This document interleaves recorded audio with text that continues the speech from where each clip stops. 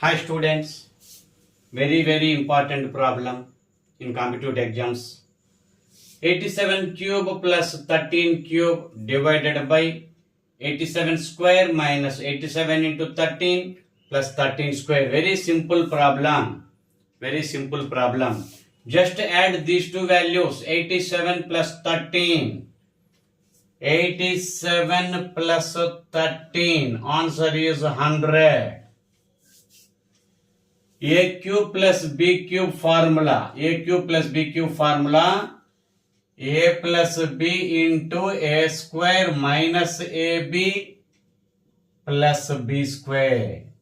Already denominator A square minus AB plus B square is there. Cancel these two factors. Answer is just A plus B. Means A value 87. B value 13. A plus B value is 100. Student comment this question. Student, 78 whole cube plus 22 whole cube divided by 78 whole square minus 78 into 22 plus 22 square. Answer your answer. Student, comment your answer. Students. Please like, share and subscribe my channel. Thank you, students.